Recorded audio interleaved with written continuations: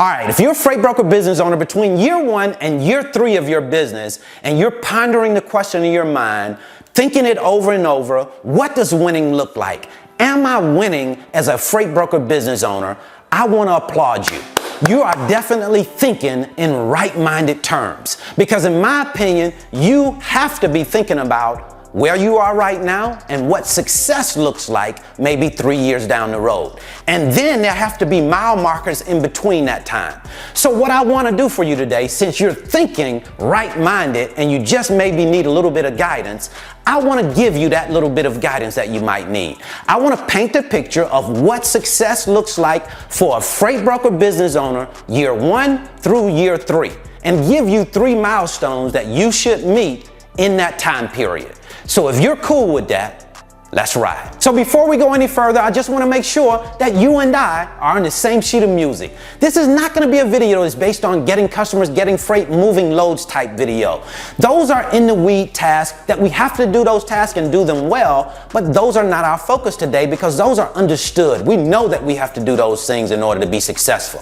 What we're going to talk about today is the business side of freight brokering. This is a side that we often overlook because we really don't understand it. We are often focused on the in-the-weed task because they demand a whole lot of our time and we never get out of that place. So I want to pull you out of the weeds and pull you into the business management side of the house that we must manage in order to be successful.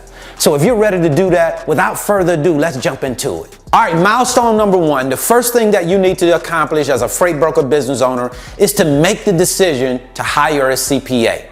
I cannot tell you how beneficial making this one decision has been for my business. It has saved me thousands and thousands of dollars, helped me to make savvy business and tax decisions that I wouldn't have made on my own.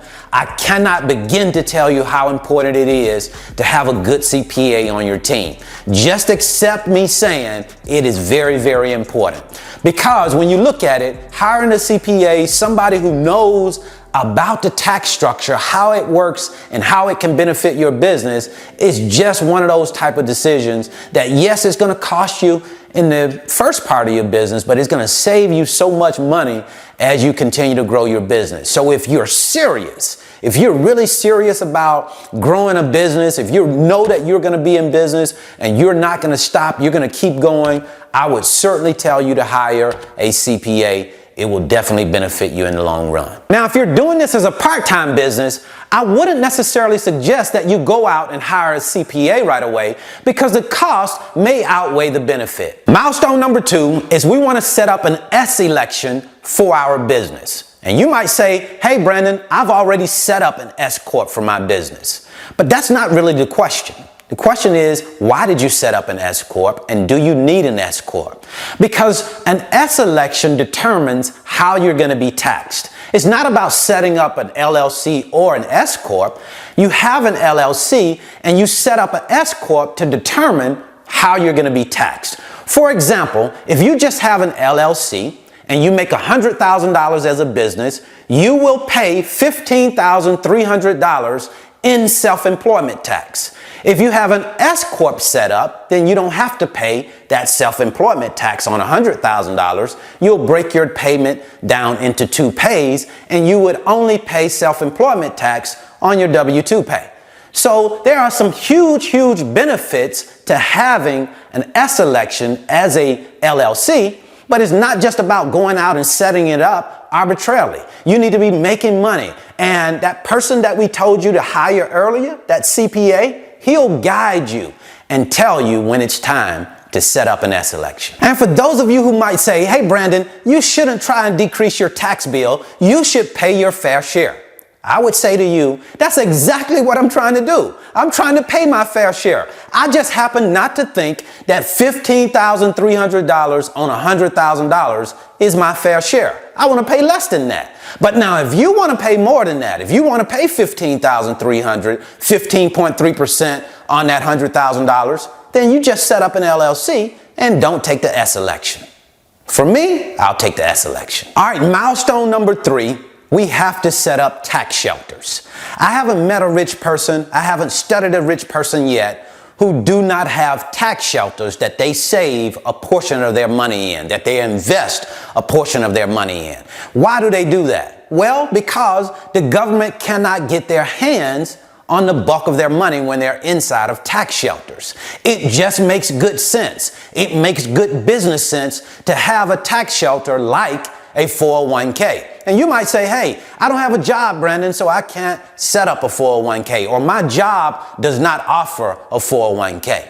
Well, that's why you have a business. You don't need a job to set up a 401k, not in the traditional sense at least. You need to have a business, and then you make yourself an employee of that business, and then you can set up a 401k. You can go through someone like Vanguard to set up your own personal 401k called a solo 401k. There's some different 401ks that you can choose from, but the point is that you want to have your own 401k set up as a freight brokerage business, because then you have a retirement plan set up. You have a tax shelter in place. You have ways that you can shelter your money from the government. And financially savvy people all have tax shelters. So wouldn't you like to have one as well? Of course you would. Set up your 401k. I would suggest doing that no later than year 3 of your business. But of course, it's going to be determined by the money that you're making in your business. Everything boils down to you making money in the business. Doors open up to you when you start making money in a business. A business becomes a business when you start making money. So in quick recap, we just talked about the 3 milestones that you want to accomplish in the first 3 years of your business. Milestone number 1, you want to go ahead and make that important decision to hire a CPA. A CPA is going to help guide you in the best decisions, business-wise, and of course, from a tax standpoint.